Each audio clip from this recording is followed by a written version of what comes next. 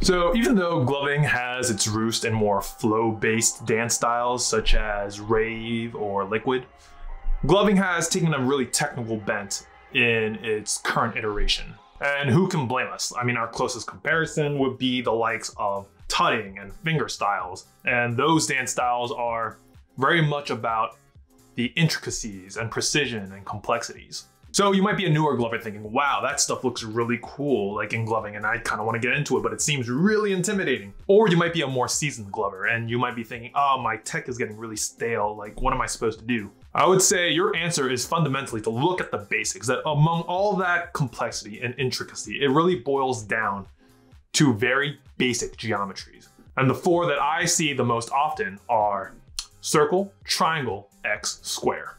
This is some low-key subliminal advertisement for Sony. No, it isn't. How about this? We'll call it the primary shapes theory. So yeah, here are 4 shapes that you're gonna wanna know as a technical glover. And before we get started, please like, subscribe, hit the bell icon. And if you have any questions about gloving or you have any specific questions regarding this video, just drop them in the comments and I'll try to get back to you as soon as possible. All right, let's get started. Wait, actually, hold on. All right, let's get started. So again, we got 4 basic shapes. We got circle, triangle, square, cross. Long story short, with a very technical glover who is very seasoned and very practiced, you're gonna see these shapes come up in their shows often. I've noticed that with a lot of new glovers when they're still trying to figure out tech, that they really only utilize 2 of these shapes, which is the cross and the square. And that's the most obvious way you can go about it. I mean, it makes sense to me because at the end of the day, if you're taking influences from, let's say, tutting, you're gonna see a lot of those boxes and stuff like that. However, I think that the best technical glovers, whether they realize it or not, utilize all 4 of these shapes in various capacities. Here, we're gonna do an exercise. I'm gonna pull up this clip of Megasloth within this position. How many shapes can you find? Take a second. And here are my results. If your answer is different than mine, then that's okay, because I could have also answered this way. So as you can see here, on an individual level, the shapes themselves are very simple. The complexities lie in how you're going to mix and match them to create complex geometries. What I'm trying to explain here is that in gloving, geometries are not supposed to be rigid and static. They're supposed to be fluid. That even though the base shapes are by themselves very simple, the complexities come from how you combine and customize these shapes into different technical positions. It kind of gives you really creative ways to make new shapes, depending on how you decide to think about these patterns. It's why a lot of people, when they get their first light show, are really impressed by the technical aspects of gloving, because it still plays to inherent rules of aesthetics, such as shapes and geometries, that are kind of ingrained within a human being. So even if they don't understand the gloving theory on a technical level, they kind of understand it subconsciously. Which is why it's often a great idea that in the middle of a show, you should take a second to hold your tech position. It's gonna give the audience a chance to appreciate this miniature monolith that you have created.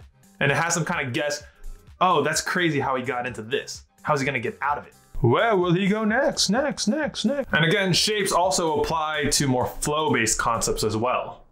You got your standard whip, which is definitely a circle. You got flails, which use ovals to create either triangles or squares. And even the most classic finger wave is essentially a bunch of half circles being drawn. Shapes can help you travel along the grid as well, if that's something that you need help with. For example, the cross obviously represents the grid. What people don't realize is that with this shape, again, we're gonna be fluid. It doesn't have to just take up your entire play space.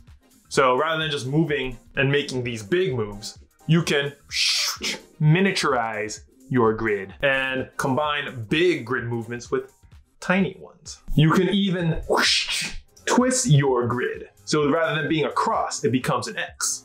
Again, fluidity. And with your 3 other shapes, your square, circle, triangles, you can use them to find different pathways as well. For example, you can use a square. You can use a triangle. Or you could use a circle. And if you want to diversify your grid work even further, you can break up these shapes into smaller parts and mess with them that way. For example, you can take your square and rather than do a full square, you can do a half square. You can do a part of a triangle. And then you could do a quarter circle in the form of a rotation / pivot. Learning to mix all these shapes and learn to look at them on a macro and micro level is going to help you diversify the way that you look at the grid and the way you can travel along it. And this also works with transitions as well. For example, if you have a position such as this, and you're either having trouble figuring out ways to get out of it, or you're kind of bored of the way that you have been doing it, you think your concepts are getting a little stale, you can look at the different shapes and how you can get out of them. You can use a square to kind of trace around. You can use a triangle, or you can use a circle. And just like with traveling with the grid, you can either use entire shapes or you can use parts of shapes and then kind of mix and match. So you might not get like a full circle or a full triangle.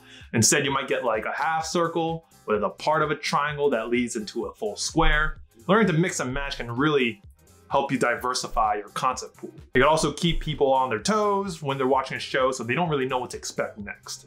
Whether you're a brand new glover trying to figure stuff out, or you are a seasoned glover who feels that their style is getting a little stale, I think it's always important to remember the basics. And again, 4 basic shapes: circle, triangle, cross, square.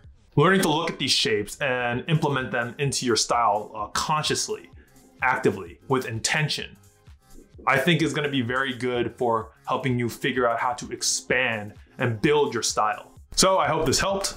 If you're new to the channel, please subscribe, hit the bell icon, give this video a thumbs up.